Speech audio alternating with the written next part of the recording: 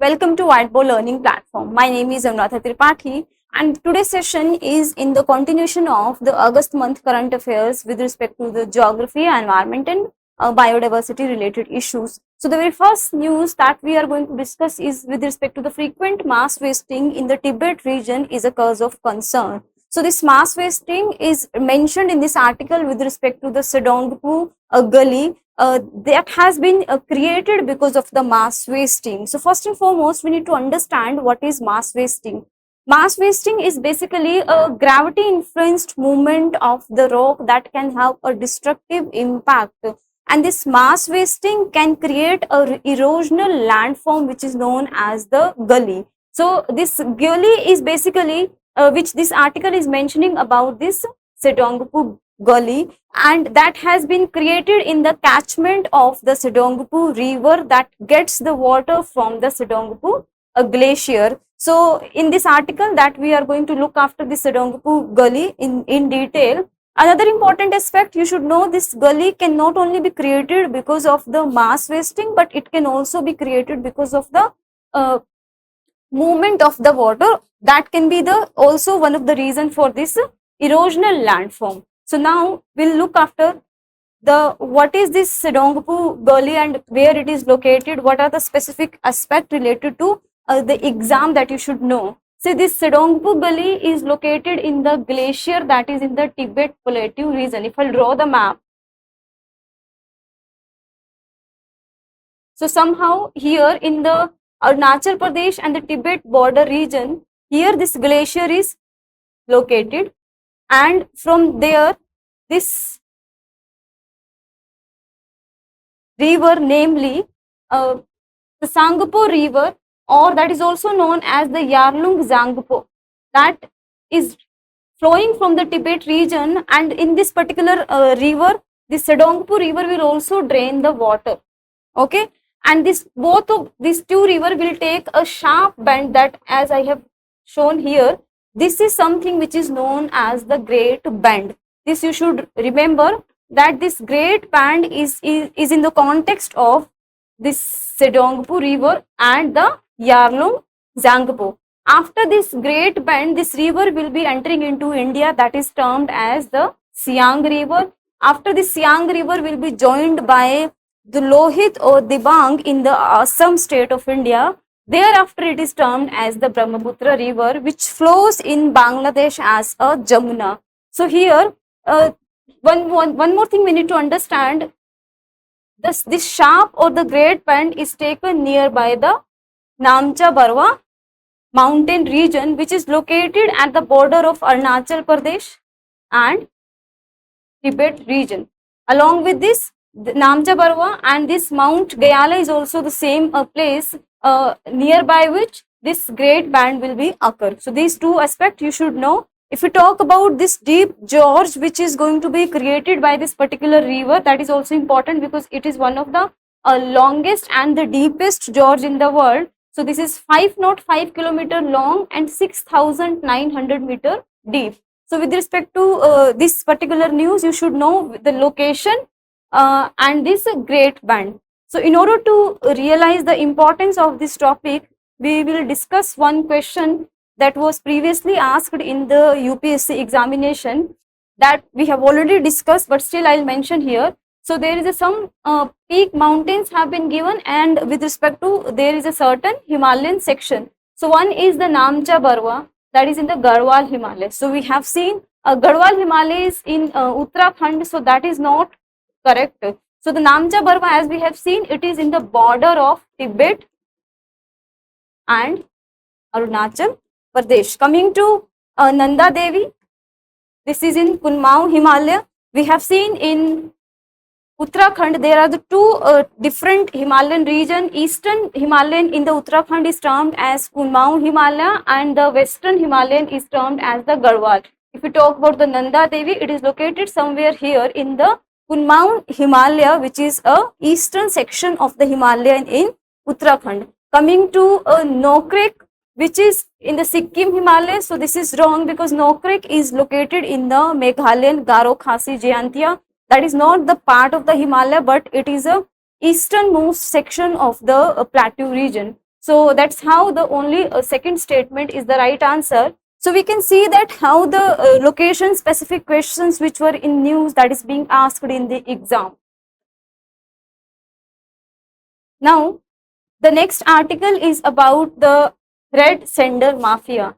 So basically, this news talks about that this red senders, which is endemic to the Eastern Ghat region, specifically the Seshachalam hills in the Andhra Pradesh, that is a very endemic species and have a very significance because of which that is in the huge demand in the global level, which is creating a reason for this smuggling of this particular auspicious wood. So basically here we need to understand that because of this rise in the demand, because it has a certain spiritual significance. For example, in China and Japan, there is a ritual to give the furniture which is made up of this particular red sender as a dowry during the marriage of a girl. So because of this, there is a high demand specifically in Southeast Asian countries, Japan and the China, which creating the over exploitation of this particular tree species. So with respect to smuggling, one term which has been mentioned, we should know about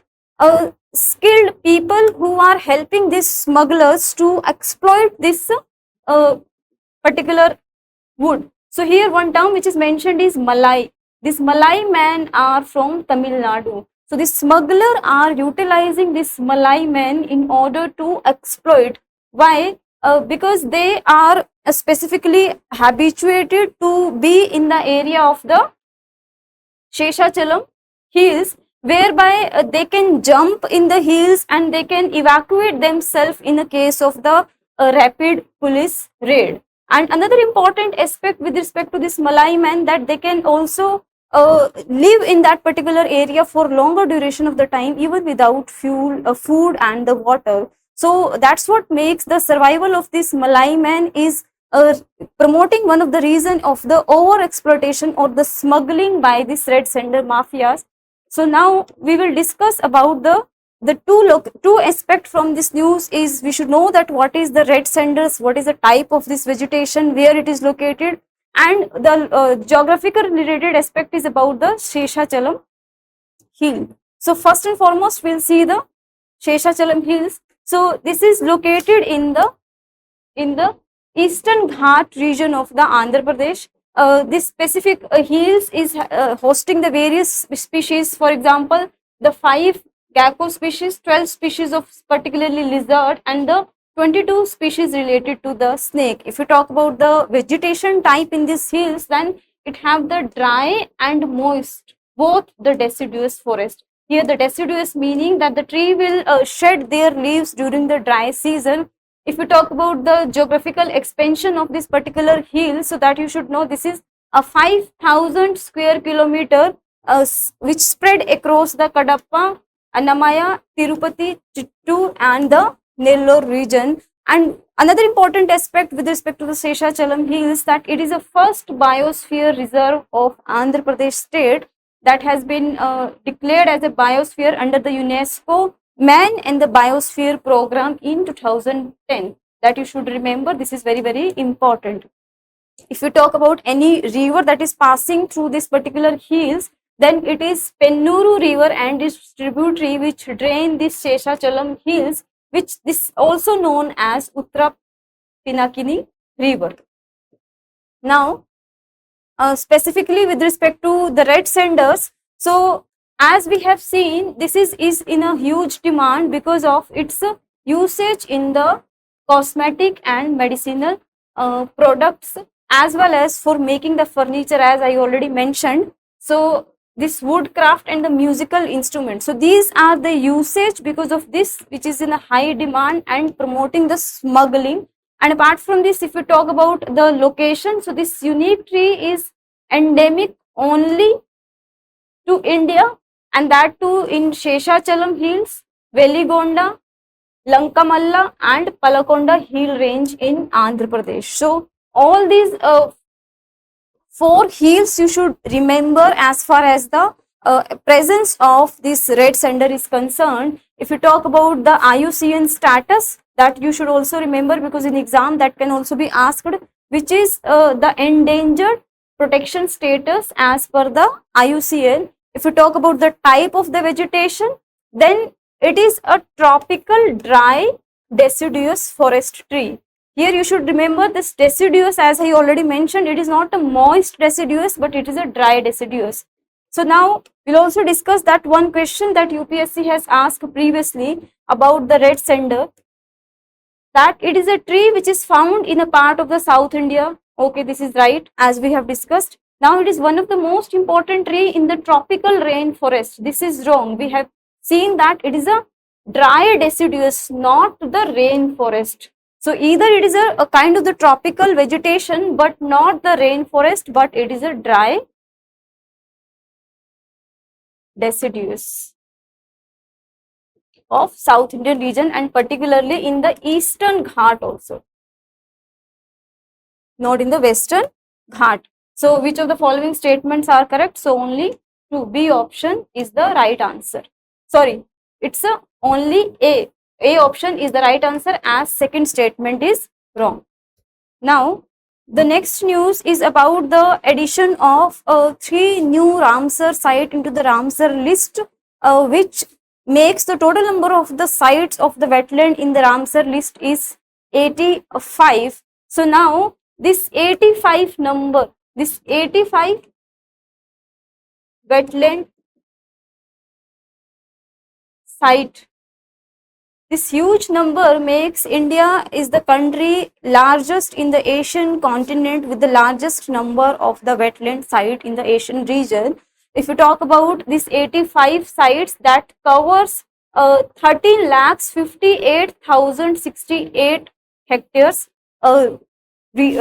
particularly area that is comes under this 85 sites, that you should also remember. If you talk about the recent addition in this Ramsar list, that is 3, previously it was 82, and these 3 sites comes from 2 from Tamil Nadu and 1 from MP. We will look in the detail about these 3 sites.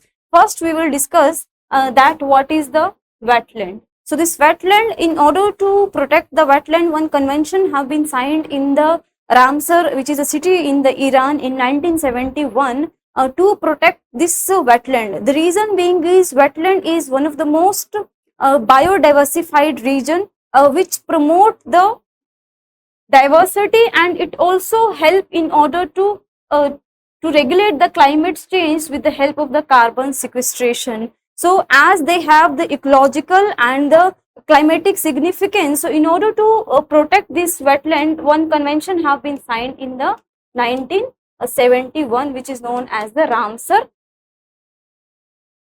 Convention. And the Ramsar list is a list of the wetland which is mentioned in this particular convention. So now we'll see that what are the threats that is available to this wetland facing in the world. So because of basically the unsustainable development in the region and the climate change, pollution and invasive species, the biodiversity and this wetland nowadays is being degraded. So now in order to protect this wetland, this convention is initiating various efforts. So first and foremost, we'll see that what is the objective of the Ramsar Convention in order to protect.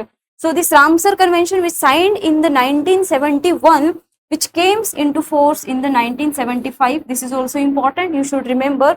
So this convention recognized the significant value of not only for the country but also for the world as whole. So there are certain guidelines which have been mentioned in the Ramsar Convention in order to protect these wetlands. If you talk about the number of the country which have signed this convention till yet, it is 172. That you should remember, that can be asked in the examination. But if you talk about India, when it is signed and ratified, so India joined this convention in 1982.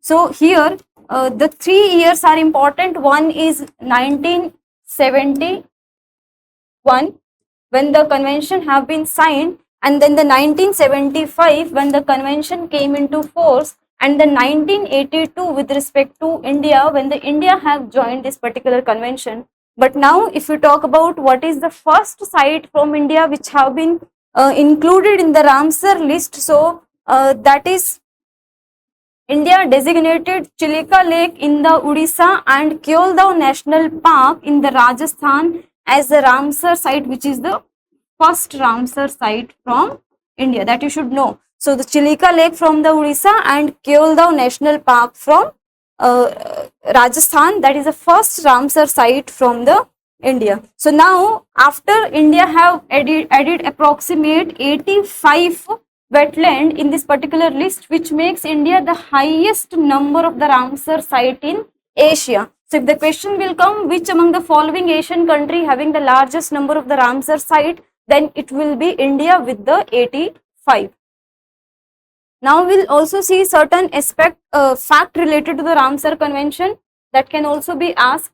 So if you talk about the world, approximate more than 2400 Ramsar sites around the world, that is spread in approximate 6 Ramsar region. So this question can also be asked, that how many region in the world as far as the Ramsar region is concerned. So that is the 6.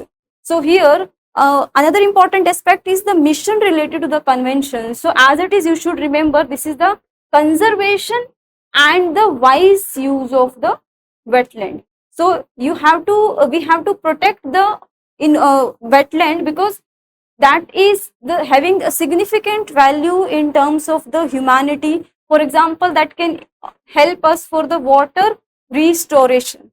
If you talk about the world first site, as we have seen in the case of India, but when it comes to the world, then it is a Corbok Peninsula in the Australia, which is designated as the world first Ramsar site in the 1974. If we talk about the largest site in terms of the area, then it is Nigeria Tumba Mendong in the Democratic Republic of Congo in Africa continent. So now any country with the largest number of the wetland site in the world, so that is the United Kingdom with the 175, followed by the Mexico with the 142.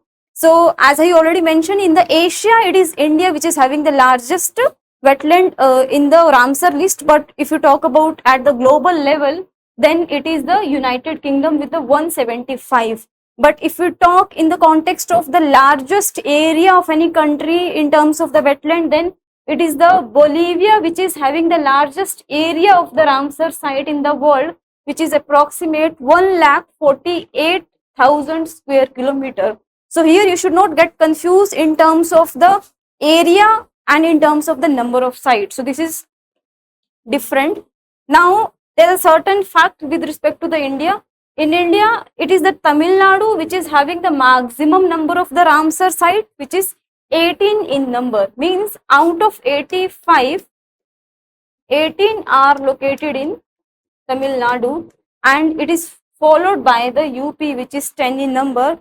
Now we'll see that all these 85 sites are located in 23 states and the Union Territory, whereby out of this 23, 21 are state and 2 are UTs, which these 2 UTs are Jammu and Kashmir and Ladakh. So the first Ramsar site that we have discussed, which is the Chilika Lake and Keoladeo National Park, that was declared in the 1981. Now we'll see that the recent 3 wetland sites that have been added, a certain fact that you should also remember. So the 2 sites from the Tamil Nadu, one is the Nanjaranya Bird Sanctuary. So this is located on the bank of the river Noyal.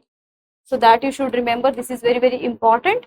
And it is a biodiversity hotspot supporting the various avian various species, including the avian fauna, specifically the Eurasian coot, spot-billed duck, and many types of other migratory species. And it is also providing the livelihood for the local fish community. So this is about the Nanjaranya Bird Sanctuary in the Tamil Nadu. Another wetland from the Tamil Nadu region which is added recently is the Kazuveli Sanctuary, that is located on the Coromandel coast, and it is the largest brackish water wetland in the South India. That is very, very important. So it is a mix of the mud floods and the shallow water, which makes it homes for the various types of the endangered species. So this is also important. Now the third wetland site which have been added is the Tawa Reservoir from the MP. So the recent addition of the two are from Tamil Nadu and one is from MP. So this Tawa Reservoir is located on the Tawa River, which is basically a huge ground during the winter season to host the various migratory birds. And it is also the important aspect of the regional water management practice. So that is also providing the sustainable livelihood practice for the local fisheries community. Now the next news that we will be discussing is with respect to the high amount of the microplastic in the Indian personal care product. Now, the next article is about the microplastic in the Indian personal care product.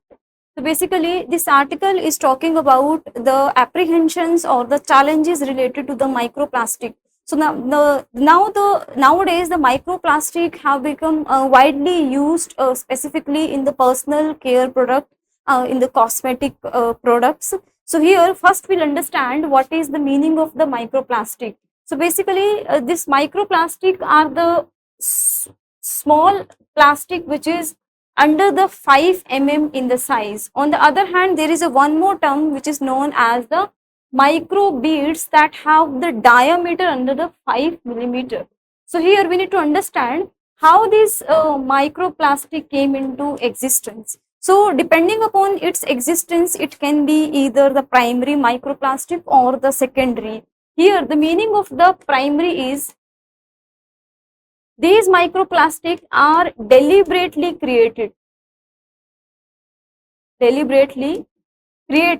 in order to use in the personal care product. As we have seen that the concern of this news article is the wide application of the microplastic in the personal care products. So these are the primary microplastic. On the other hand, there is secondary microplastic. So the secondary microplastic, which means it is not deliberately created, but it is created in nature. For example, if we throw any plastic in the open environment, then over a period of time, because of the degradation of that plastic will be breaking down into the very small particle which is termed as the microplastic. So that's how that is the secondary microplastic. So because of the insolation, sun rays or the sheer impact of the water, that is eventually degraded into the microplastic. But as far as the cosmetic industry or the personal care product industry is concerned, so here these microplastic are the primary in nature, which means they are deliberately created. And nowadays these microplastic are creating a significant challenge in terms of the plastic pollution. And specifically in the water body. So these microplastic is easily consumed by the various species in the water based body, that is completely polluting the food chains. So that is having the huge adverse impact on the biodiversity, human health, plant health and animal health. So that's how the regulation and the usage of the microplastic that should be contained.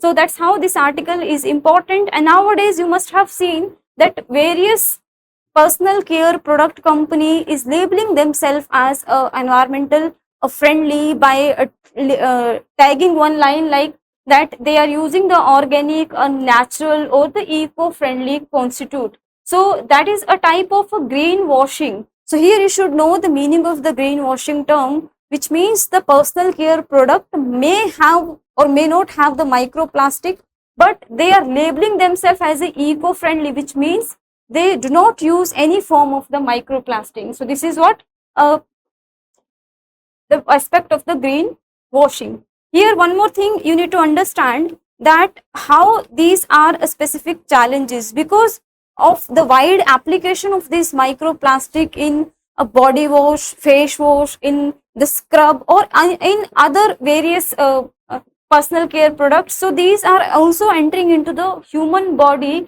that can also be found in the human brain, blood, lungs, colon, placenta, testicle, and the stools. So that can also enter into the human body either directly or indirectly. So now this article also mentioned about what is the alternative to this microplastic as far as the personal care product industry is concerned. So instead of this, now the paper advocate for the better policy control, that this microplastic pollution in India can be control, and alternative should be used, that is a natural solution. For example, the coffee, apricots, walnut, kiwi seeds, and the soluble cellulose beads can replace the micro plastic in the personal care products. So these are the natural alternative of the microplastic.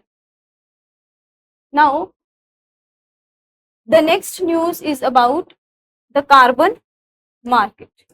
Here, in this particular aspect, the aspect of carbon market in India have been discussed. As far as the industrial application of energy is concerned, so recently when the budget was passed, so the finance minister have highlighted that the various polluting industry in India, for example, a steel industry, iron industry, and aluminium, they need to conform to the emission target. However, there is a significant challenge when it comes to doing the when it comes to conforming to the emission target, because there is a need to balance the both aspect of development and growth with the climate change or the global warming. So these are the industry which are the backbone of the economic growth and the development. So if somehow we are putting a limit as far as the emission reduction target or the energy usage is concerned, so somehow we are going to compromise on this aspect, which will have the adverse implication when it comes to the environment degradation and the climate change. So we need to balance these two aspects in the 21st century. So in order to have the balance, one roadmap that has been suggested is that now India should move from the hard to abate industry. Here the hard to abate industry is this polluting industry, from the energy efficiency target to the emission target. Here the energy efficiency target means in India, the scheme which is putting the restrictions on this industry is the perform, achieve, and trade, which is about the efficiency in the energy usage. But this approach now we should change, which is about the emission target. Means instead of reducing the usage of energy, we should work on the reduction of the emission. So this reduction of the emission, that can also be done without compromising the usage of energy with the help of the clean fuel. So that is what the crux of this article. So now we'll see the energy efficiency target in India, which is mentioned as per the perform, achieve, and trade, versus the emission target which is related to the carbon credit. So first we'll discuss what is the difference in between two and what are the significant factual aspect of this scheme that can be asked in the exam. So basically, now the approach of the government is to transform from the PAT to the carbon credit, which is works on the principle of cap and trade. So here this backbone industry which is crucial for the development and growth, they need not to reduce their energy usage, which is the target under this PAT scheme. So here the PAT scheme is about the energy efficiency.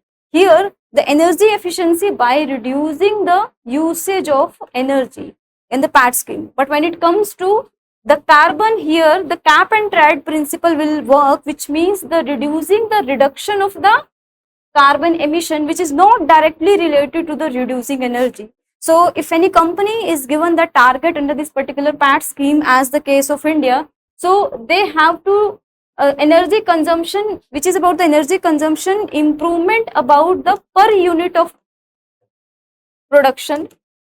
Okay, if you talk about here, so this is talks about the overall emission reduction, not specifically the consumption of the energy. If you talk about here the mechanism, so any company can reduce the energy usage and they can earn the trade certificate of energy saving, so which is termed as the energy saving certificate. On the other hand, in carbon trading, so instead of energy saving certificate, they will get the carbon credit, which is one carbon credit is equal to the 1 metric tons of the carbon dioxide. So here another is, if you talk about the cap, here the meaning of the cap is limit. So under this PAT scheme, no direct cap on the emission. Here the focus is on the energy usage.